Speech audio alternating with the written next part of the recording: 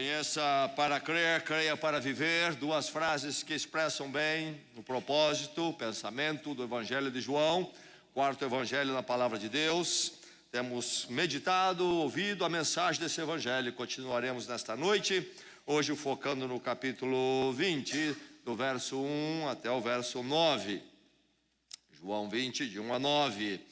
Este Evangelho, então, foi escrito para que pudéssemos conhecer a Cristo, o Messias.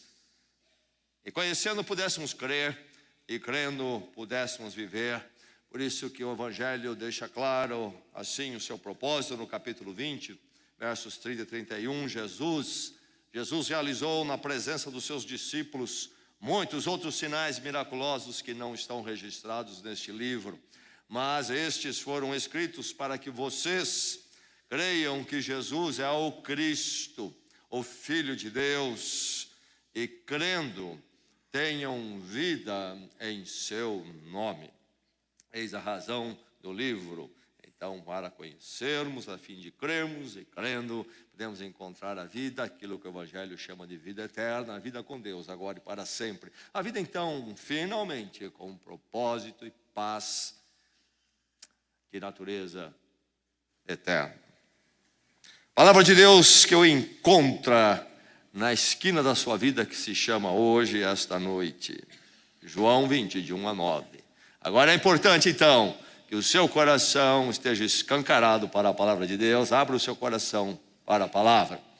Diz assim a narrativa, lembrando, antes de ler, que agora Jesus já havia sido colocado no túmulo, e a pedra da entrada já havia sido fechada, e passou-se então a noite, o dia, e nós temos o primeiro dia da semana aqui, então chamado domingo para nós hoje. Ouça a palavra, a narrativa diz: no primeiro dia da semana, bem cedo, estando ainda escuro, Maria Madalena chegou ao sepulcro e viu que a pedra da entrada tinha sido removida. Então correu ao encontro de Simão Pedro e do outro discípulo, aquele a quem Jesus amava, e disse: tiraram o Senhor do sepulcro e não sabemos onde o colocaram. Pedro e o outro discípulo saíram e foram para o sepulcro.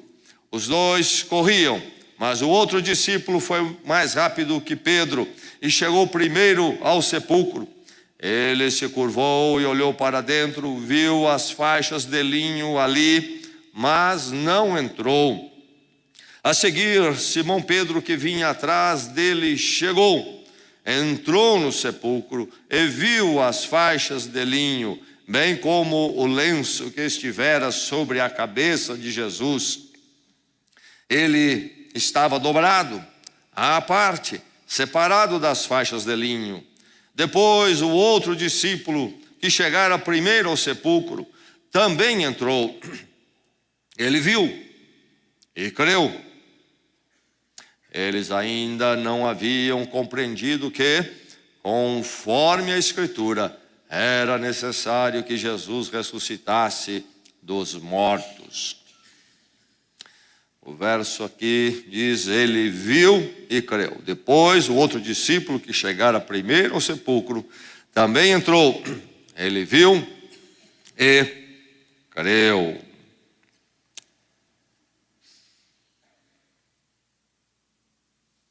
Meu pai, já falecido, a semelhança talvez de muitos aqui e de muitos que você conhece, ouviu o Evangelho na sua infância, se converteu no começo da sua adolescência e andou com o Senhor a partir daquele instante, todos os anos da sua vida, até o seu falecimento, já na idade então, já da velhice. Os irmãos dele também ouviram, diversos irmãos, ouviram a mensagem da mesma forma na infância, mas não andaram com o Senhor e foram crer, chegando à conversão, foram crer já como adultos, e aí entregaram sua vida a Deus em Cristo, crendo no Evangelho, e viveram os restos dos seus anos servindo ao Senhor e andando na vida eterna, a vida com Deus em Cristo.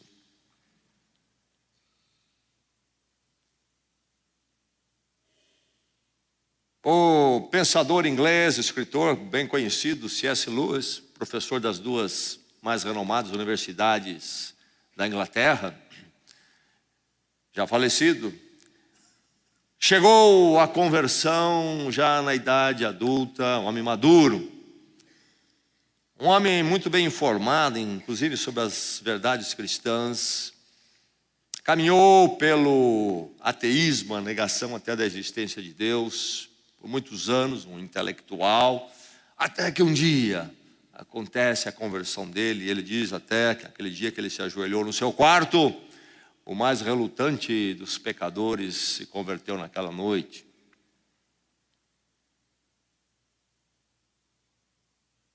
Lá no quarto século, existiu o pensador, teólogo, filósofo, que é considerado até hoje, mesmo nas escolas de filosofia das universidades seculares, um homem chamado então Agostinho, grande Agostinho, quarto século. Agostinho ouviu a mensagem na sua casa, na sua infância. Sua mãe era cristã, ainda que seu pai não fosse. Entrou por filosofias estranhas, a verdade revelada de Deus é o Evangelho, andou por caminhos longe de Deus, inclusive numa vida um tanto quanto boêmia, um homem que gostava do conhecimento, até que um dia, já na sua idade também como adulto, ele teve um momento de conversão e ele creu. Por quê? Um crê na infância e anda com Deus o resto da vida. Outros ouvem e não creem, mas creem mais tarde. Como entender, como pensar essa dinâmica da conversão, do chegar ao crer? Agostinho escreveu profundamente na teologia, na filosofia. Vale a pena ler as obras dele. Se você não quiser ler mais nenhuma, leia uma chamada As Confissões de Agostinho. Um livro bom de ler, e você vai gostar, porque ele fala das suas experiências da vida, mas com reflexões profundas. Enfim, Agostinho trabalhou essa questão do crer e, junto, o conhecer, o entender. Crer e o entender. E ele nos diz que o entender e o conhecer, o verdadeiro entender, o verdadeiro conhecer, só acontece a partir do crer. É um debate na história, na filosofia. O que é que vem então primeiro, qual que depende de qual? Eu conheço para crer, eu creio para conhecer. O Evangelho é sobre conhecer e sobre o crer. Então isto é relevante para nós, para você nesta noite no encontro com a palavra de Deus. Porque o Evangelho trabalha a questão do conhecer. O propósito do Evangelho é nos dado de forma muito clara. Estes foram escritos para que vocês creiam.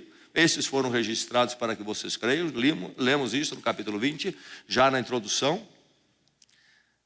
O Evangelho é sobre o conhecer, mas não o conhecer como um mero entretenimento, uma diletância, um prazer intelectual, mas com uma finalidade muito relevante e fundamental: crer. Mas aí nós encontramos aqui nesta narrativa os primeiros momentos da ressurreição de Jesus Cristo. Naquele domingo pela manhã, vão ao túmulo e ele não está lá. Então nós temos Maria Madalena chegando ali, os outros evangelhos dão a entender que também ou ela foi 2 vezes, ou ela estava acompanhando também outras mulheres, enfim, era muito cedo, a primeira vigília da manhã, era alguma coisa antes das 6 horas, estava escuro ainda, e ela então vai ao túmulo e não encontra ali, vê que o corpo de Cristo, vê que ele não está mais lá. Nós vemos depois que ela volta e ela fala primeiro a Pedro, e junto com Pedro está o discípulo a quem Jesus amava, uma expressão nesse evangelho que se entende, se referir ao autor ou àquele que deu o subsídio para a escrita desse evangelho, o apóstolo João. Enfim, João e Pedro recebem esse relato de Maria. O túmulo, a pedra está rolada, não está mais lá. O que será que aconteceu? Enfim, os dois saem correndo, e a esta corrida onde Pedro corre, João corre, mas João é mais rápido, chega primeiro, e depois então Pedro e toda essa dinâmica. Mas depois de tudo, diz o texto que João finalmente entrou no túmulo, viu, e vendo, ele creu. Ele creu. Este é o ponto fundamental para a vida de todo ser humano. Crer ou não crer. Chegou ao crer, chegou à fé, ou não chegou ao crer e não chegou à fé. E isto faz toda a diferença. E cria um abismo intransponível. Uma coisa é uma coisa, outra coisa é outra coisa. A distância diametral. Crer ou não crer? Você crê? Estou falando a alguém que crê aqui nesta noite ou não? Onde você está nessa peregrinação? E enquanto você não crer, quem é você? O que é a vida para você? Enquanto você não crê, qual é o significado dos seus anos que estão passando rapidinho? A razão desta correria. Se você não crê.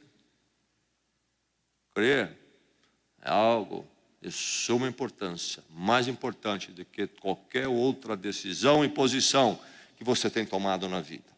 Você valoriza tantas coisas, decidir tantas coisas, mas nenhuma dessas escolhas, decisão, chega perto, nem um pouco, da questão do seu crer. João viu e creu. O que é que então a palavra de Deus fala a você nesta noite? Avance para o crer. Avance para o crer. Não permaneça na descrença.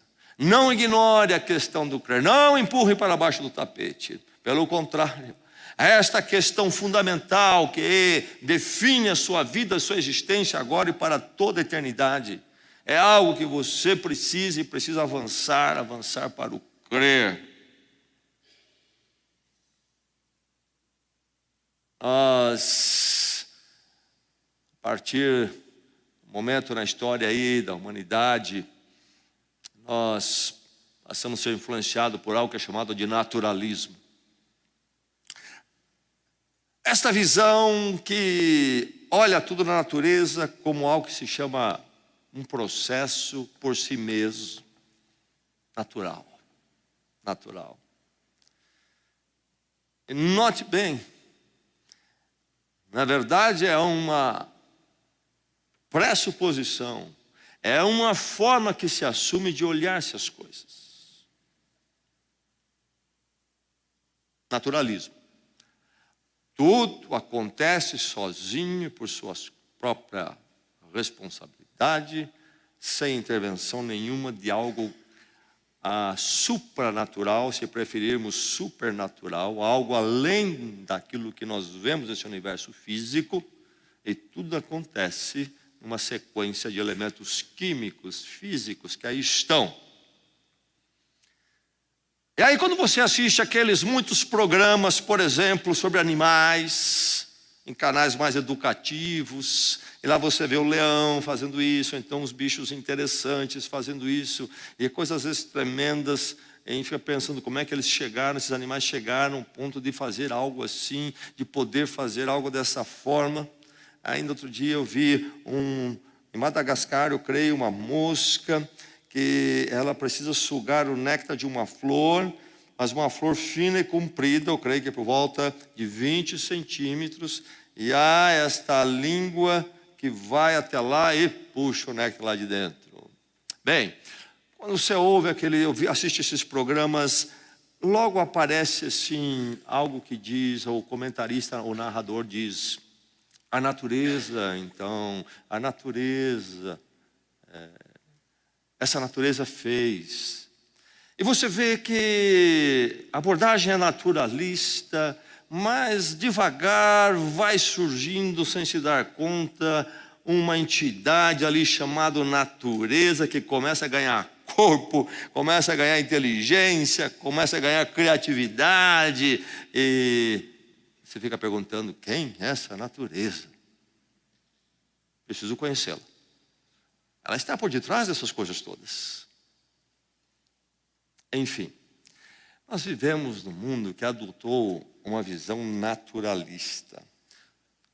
Eu e você somos o que somos porque alguns átomos e aí então químicas se ajuntaram.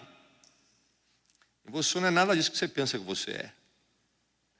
Você é um tubinho de ensaio cheio de químicas ali, então as coisas se interagem quimicamente e dá nisso aí que você é. Uma visão de universo que não contempla que há uma intervenção além e fora da natureza. Este é um sistema fechado e as coisas estão acontecendo por aí e elas terminam aqui dentro também. Será? Os homens que deram grandes inícios à ciência que nós conhecemos hoje pensavam diferente.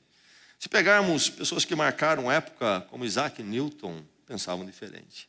Aliás, eles avançaram, é reconhecido isso até por pensadores ateus, eles avançaram na chamada ciência porque eles entendiam que o universo que nós conhecemos tem uma ordem, por isso nós podemos pesquisar e conhecer, e tem uma ordem, porque é um Criador que deu a ordem.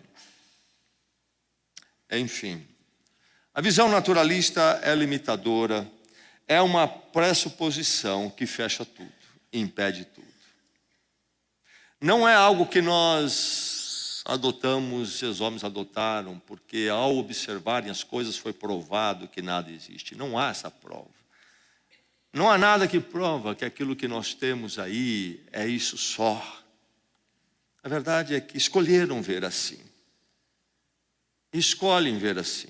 Desconsiderando qualquer possibilidade do supranatural, de que essa realidade não se explica a si mesma. Essa chamada realidade natural não se explica por si mesmo e pede algo mais, algo que vai além. Por isso, para avançar, para o crer, você precisa ultrapassar esta visão naturalista, essas explicações naturais. E Maria Madalena aqui, esta mulher, primeira a chegar então ao sepulcro, ao túmulo, está presa a essas explicações naturais. A mulher que devia muito a Jesus Cristo, por isso ela sempre estava perto de Jesus Cristo. Jesus expulsou dela 7 demônios. Há uma ideia comum, extra-bíblica, extra-evangelhos, que gosta de dizer que ela era aquela mulher apanhada em adultério, há todo um romantismo em cima disto. Na Bíblia não diz nada, os evangelhos não dizem que ela era aquela mulher, ela não tem nada a ver com aquela mulher. Os evangelhos dizem sim, e Maria Madalena era uma mulher que era possessa por 7 espíritos, uma vida terrível, Cristo a libertou. Quem conhece a sua dívida a Cristo, o ama de uma forma mais intensa. O nosso amor é pequeno por Cristo, porque nós não entendemos quanto Ele nos deu. Por isso que é pequeno. Nosso compromisso é menor. Ela é a primeira, ela estava lá quando Jesus foi crucificado, é a primeira no túmulo ao meu Senhor, como ela diz, o meu Senhor. Mas Maria Madalena, na sua procura por Cristo, quando vê que o túmulo está aberto, ela diz: retiraram o corpo dele, não sabemos onde o colocou. Ela usa o plural, porque então há outras mulheres envolvidas. Nós sabemos pela história que em 41, 50, o imperador Cláudio, imperador romano, que então governou de 41 a 54, estabeleceu uma lei que punia com pena de morte quem violasse túmulos. O imperador Cláudio, que governou não muitos anos depois da crucificação de Cristo. E nós sabemos então, por isso e outros dados, que não era incomum se violar túmulos. Pensamos que é coisa dos nossos dias, mas é muito antiga. O crime de violar túmulos num cemitério. Qual é a explicação para Maria Madalena? Roubaram o corpo de Cristo. Quem? Talvez os judeus, aqueles que pediram que fosse crucificado, levaram o corpo de Cristo. E uma das questões que se pergunta na história é: quem teria roubado o corpo de Cristo? Se ele não está no túmulo, alguém roubou então. Quem foi? Os romanos? Bem, os romanos não tinham interesse de criar qualquer ideia de que ele ressuscitou. Se eles roubaram o corpo e começou então a se explicar que Cristo havia ressuscitado, a única coisa que os romanos precisavam fazer era apresentar o corpo que eles roubaram. Matavam todo o movimento. Talvez foram os judeus que roubaram o corpo de Cristo. Os judeus não tinham interesse que se cresce que Jesus Cristo ressuscitou. Eles podiam desmascarar esse movimento, simplesmente dizendo: aqui está o corpo, nós aqui pegamos. Por isso que não estava lá no túmulo. Enfim, a ideia do roubar o corpo foi a primeira ideia que veio à cabeça de Maria Madalena. Esta visão ainda pequena, que é comum a mim, a você, há uma explicação aí, e tudo pertence a esta realidade que nós conhecemos, e nós sabemos tudo, como esse orgulho até científico, intelectual muitas vezes, nós sabemos tudo, nós vamos explicar tudo. Quando o naturalismo adentrou, aliás, ao pensamento científico, criou-se essa expectativa, esse otimismo tolo, humano, que o ser humano haveria de dominar todo o conhecimento, e então explicar tudo, resolver tudo. Essa navegação nesse nível, e nesse nível apenas é preciso se libertar disto. A verdade é que a ordem natural das coisas não é explicada em si mesmo, fica faltando. O nosso espírito sabe que não é completo por aí, a existência humana não tem sentido se caminharmos apenas por aí. Essa caixa fechada é pequena demais para o nosso espírito, e nós carecemos da questão do perdão, a solução da culpa. E sabemos que não é uma questão física, a culpa apenas, é do naturalismo. Há uma dimensão em nós do conhecimento moral que não vem das coisas físicas. Enfim, nós chegamos ao entendimento de que aquilo que nós somos, esta ordem em si mesmo é pequena, pede algo maior. E esse Deus pode mexer nesta ordem de forma excepcional.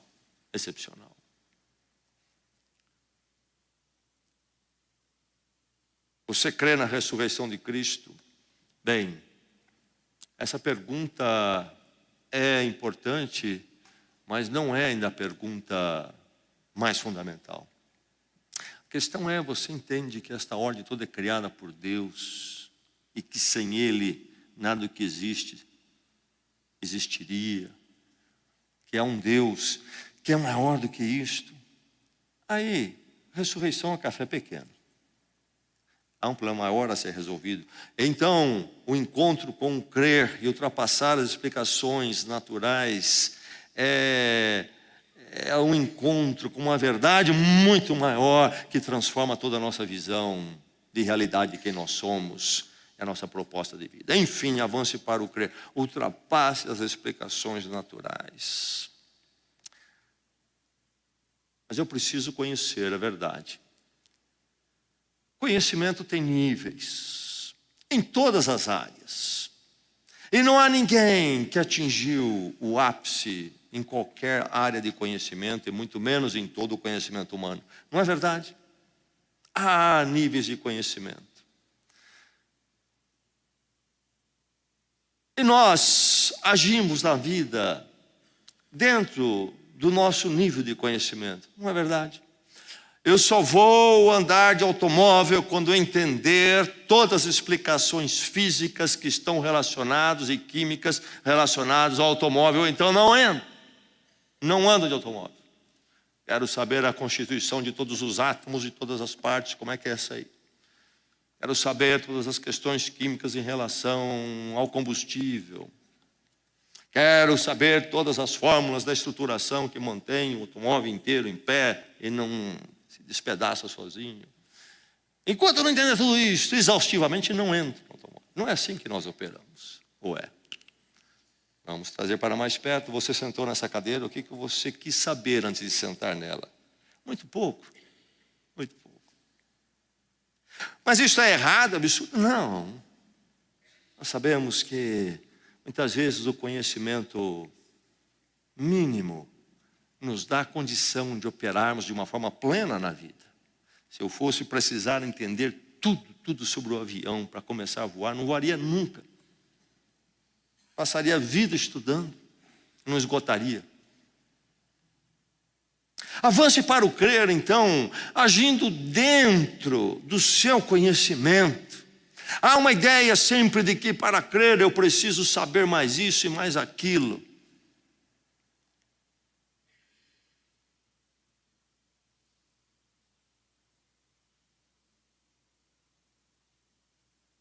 Avance para o crer, agindo dentro do seu conhecimento. O que é que você sabe de Cristo? É interessante que diz aqui, então, João viu e creu. Mas depois diz, entre parênteses, na nossa tradução, eles ainda não haviam compreendido que, conforme a Escritura, era necessário que Jesus ressuscitasse dos mortos. É verdade que Jesus ensinou tanto a eles sobre as Escrituras. O Evangelho de João, por exemplo, falando dos sinais, João vai buscar do Velho Testamento como que esses sinais apontavam para Jesus e as profecias prometidas. Eles ouviram muitos ensinos de Jesus sobre as Escrituras. Escrituras aqui se refere ao Velho Testamento, aquelas Escrituras que então era do tempo antes de Cristo, que se cumpriram, foram escritas em Israel. Porque o novo agora está sendo escrito através da vida destes homens. Ele ouviu de Jesus, mas o Evangelho de João nos diz em outras partes que eles ouviram, mas não conseguiam realmente captar tudo que Jesus estava dizendo em termos das Escrituras. Mas Jesus mesmo disse, nesses capítulos anteriores aqui, quando ele então, antes da sua crucificação, ele tem aquela conversa longa na noite da sua prisão com eles, e Jesus fala do Espírito Santo, o outro Consolador que viria, e lhes ensinaria, faria lembrar todas as coisas, na hora certa. Há um momento então pós-ressurreição, quando as coisas ficam muito mais claras para eles e vem uma compreensão de como que tudo se encaixava com as Escrituras, as profecias, a expectativa do Messias, dessa resposta que o coração humano tanto pede. Enfim, encontramos aqui João com muita limitação no conhecimento, inclusive, das Escrituras, na compreensão. Então ele não podia crer, mas diz que ele creu. João vai ao túmulo, primeiro ele não entra, no segundo momento ele entra, adentra ao túmulo. E o que ele vê ali, Cristo em pé, ressurreto, não. Essa visão há de acontecer mais tarde, mas não nesse momento. O que ele vê só os itens que envolviam o corpo de Cristo quando ele foi sepultado ali. Um conhecimento limitado. Ele não viu o Senhor ressurreto. Mas disse que ele viu e creu. Quanto de conhecimento eu preciso para crer? Aqueles que querem fazer com a fé o encontro com Deus, aquilo que eles não fazem com a cadeira. Será que você já não sabe o suficiente para crer? Quanto você precisa saber para crer? Quanto? Até onde vai A verdade é que o crer é algo supernatural e o conhecimento é apenas um servo nas mãos de Deus e do Espírito Santo. E então, não dependendo do seu conhecimento, agora eu tenho um cabedal de conhecimento que me dá a condição de crer, e então para crer tem que ter esse cabedal como eu tenho, e sabe, então como a maioria das pessoas não atinge esse cabedal, nunca vão poder crer. A verdade do Evangelho é maravilhosa, porque não é assim. Nas nossas limitações, o nosso conhecimento tão pequeno, o Espírito Santo toma o conhecimento e nos possibilita crer para a vida eterna. João viu e creu. Você já tem visto, sim. Você tem ouvido, sim. Você sabe. Nas mãos de Deus, o menor dos conhecimentos é suficiente para propiciar a vida eterna. O encontro com Deus em Cristo. O Cristo que morreu na cruz, ressuscitou ao terceiro dia e vive eternamente. A única esperança eterna. A única resposta para a caminhada do ser humano, nessa caixa fechada da chamada natureza, onde não há explicação, não há resposta. Onde o Evangelho anunciado a verdade que Cristo veio, viveu entre nós, foi um de nós e tomou sobre ele a nossa culpa, e foi à cruz com ele, ali pagou o preço para que pudéssemos ter o perdão, o reencontro com Deus, e então ressuscitou, nos dando a esperança eterna. Onde se ouve isso, é possível se crer, porque se viu o suficiente. Haja dentro do seu conhecimento, avance para o crer. Nesta noite ainda, que hora maravilhosa, para você chegar ao crer, avançar ao crer. Cuidado com essa questão do conhecimento, porque é isto de que eu preciso saber mais. Perguntas não têm fim, essa grande verdade, nem mesmo na teologia, nem mesmo no conhecimento bíblico. Você não vai fechar aí a questão, assim como você não fecha a questão para sentar nessa cadeira, se precisar primeiro responder todas as perguntas que podem ser levantadas aí, sobre a cadeira. E mais, o conhecimento que estamos falando, o conhecimento do Evangelho, o crer é algo que é a ação de Deus no seu coração. Deus pode lhe dar o crer, se você no pouco que sabe se voltar para Ele. Graças a Deus por isso. Porque se dependesse dos nossos esforços, nossas obras de conhecimento, como poderíamos chegar ao crer? João viu, ainda que não entendia muito as Escrituras, viu pouco, não viu o Senhor, viu algumas evidências e creu. Haja dentro do seu conhecimento. Você crê? O Senhor o leve ao crer, dizer, eu também creio, como João deixou o registro na história. Avance para o crer. É verdade que o crer é um processo, não é? Em todas as áreas. Nós, em nenhum momento, deveríamos, considerando que Deus nos deu algo maravilhoso, a capacidade de conhecer, tornarmos acomodados no conhecimento. É lamentável que até crentes fazem isso. O conhecimento, por exemplo, de televisão, que conhecimento medíocre, enlatado, doutrinador, lavagem cerebral, sem nenhuma habilidade ou presença de crítica, a mesmice. Precisamos aprender a conhecer e conhecer mais. E o conhecimento da fé é a mesma coisa. O conhecimento da palavra é a mesma coisa. Ele tem a sua dimensão processual. Nós crescemos em conhecimento na palavra. Então, quando nós avançamos para o crer, nós devemos estar adentrando a um processo de conhecer. Todo conhecimento tem o seu momento iniciante, principiante.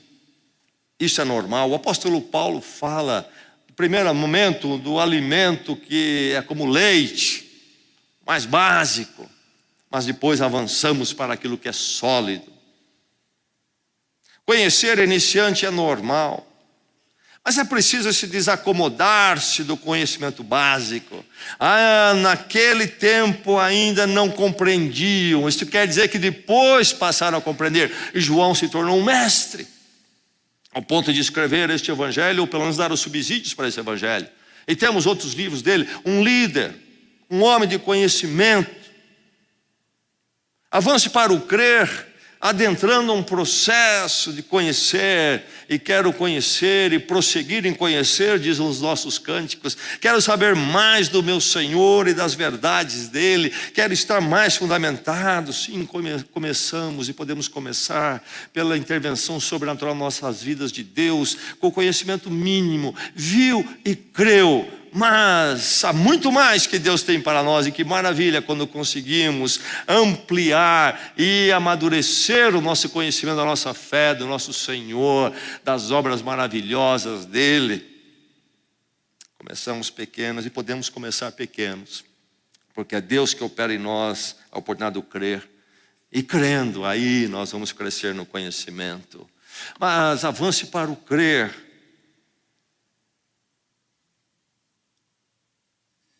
Enfrentando o maior desafio. Qual é o maior desafio para o crer?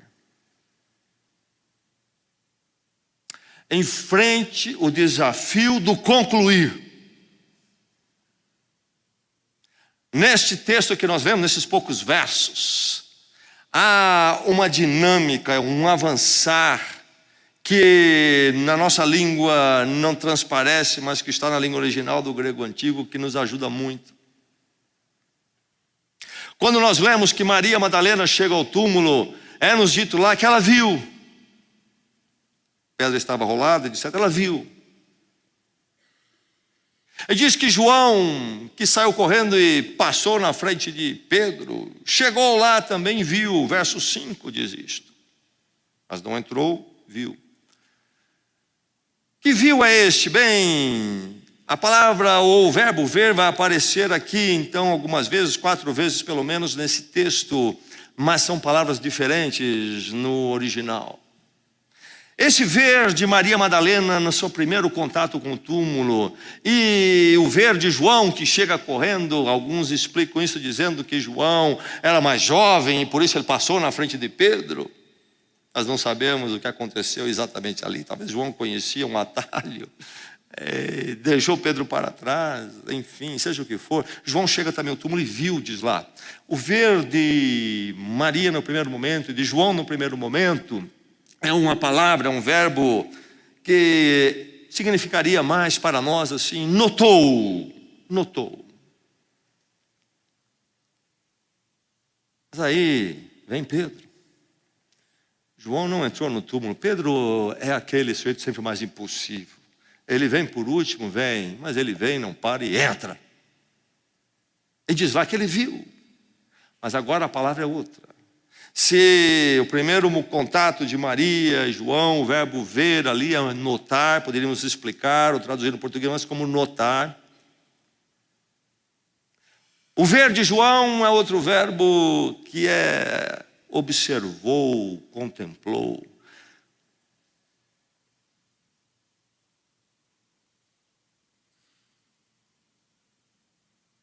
Viu as faixas, viu que o sudário, o lenço estava dobradinho à parte. Há um colher dos fatos ali. É um outro ver. João, no primeiro momento, viu, mas no sentido de notar. Mas há um outro olhar de João que nós vamos encontrar no verso 8, quando diz, ele viu e creu. Novamente o verbo ver, mas agora é um outro verbo no original, que indica algo muito mais profundo e completo. E no original a ideia do verbo é percebeu significado. Há um significado aqui. Há então um concluir, esse ver no sentido de um concluir, de tirar uma conclusão. Nós fazemos isto, nós não temos esses verbos que distinguem e ver, mas nós usamos nessas categorias diferentes. Daqui para frente você vai começar a pensar assim. a partir do que você ouviu hoje da língua do grego antigo, você consegue falar, esse ver é desse jeito, e é mesmo. Há categorias de ver. E esta última, então, ver de João, é aquela ver que notou, sim, as coisas estão aqui fora do lugar. Envolve sim este segundo grau de ver, que é o de Pedro, que é observar e contemplar, olha, aqui estão as faixas, olha ali o pano dobrado, realmente não houve roubo de corpo aqui. Essas faixas e o perfume aqui colocado são coisas caríssimas, teria ido junto com o cadáver. E mais, o lenço, esse sudário está dobradinho. Alguém disse, eu não preciso mais disso, dobrou e colocou no canto. E os ladrões não levaram, então não foi ladrão. Ladrão levaria, valioso. Quem roubaria cadáver, roubaria essas coisas. E mais, tudo estava enfaixado, iria tudo junto. Percebeu o significado, ele viu. Então não é só uma questão do visual, mas no visual que envolve um entender, um compreender. É por isso que ele creu.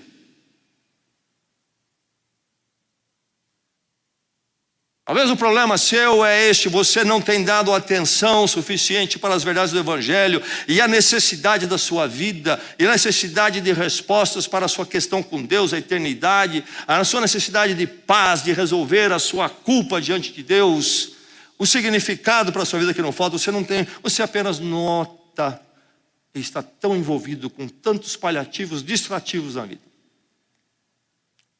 E inclusive não olha como deveria olhar as verdades de Cristo do Evangelho. É preciso então o quê? É preciso enfrentar o desafio de concluir nesta noite ainda.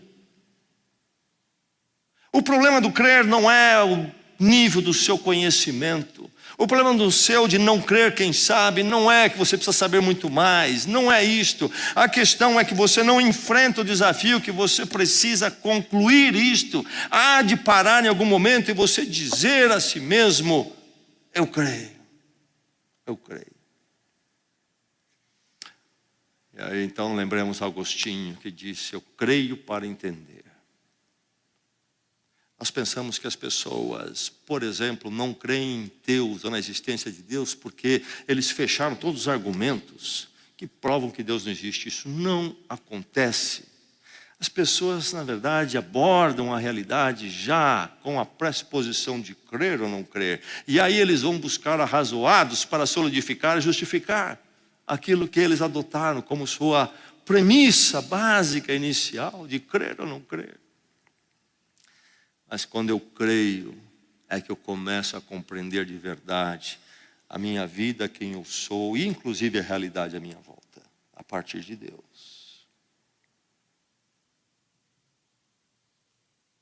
Quando eu creio, é que eu vou realmente compreender e entender a maravilha de Deus em Jesus Cristo. E enquanto eu não creio, esse aprofundar não é dado a mim.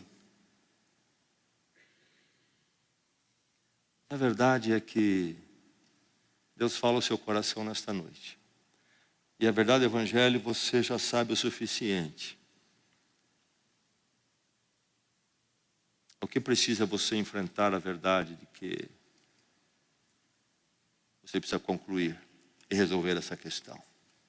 Resolver antes que seja tarde demais. Antes que seja a hora oportuna passe. Essa é a noite. Ele viu e creu. Você tem visto. Você crê? Se for o caso, se for isto algo que possa acontecer, naquele dia lá na eternidade, você não poderá dizer a Deus, ó Deus, me recebe no teu reino, porque eu não podia crer. Eu não tinha um conhecimento suficiente. Essa justificativa não vai vingar. Você já sabe o suficiente para crer. Certamente é muito mais, e se você crer, você vai conhecer as maravilhas do Senhor. Mas você já pode crer nesta noite. Você já viu o suficiente que João viu naquele dia ali. Você pode crer. A questão é, você quer enfrentar ou concluir e dizer eu creio e ter sua vida transformada? Ou o problema é que você não quer essa transformação, quer os seus próprios caminhos e você recusa enfrentar ou concluir e fica postergando e com explicações que precisa mais conhecimento, mais justificativas ou qualquer outra coisa, explicações naturalistas que não explicam o suficiente. Esta noite você pode crer. O Senhor já lhe deu o conhecimento. Que você possa nesta noite sair daqui dizendo: eu vi e eu criei, hoje e para sempre. Vamos orar. Vamos à presença do Senhor.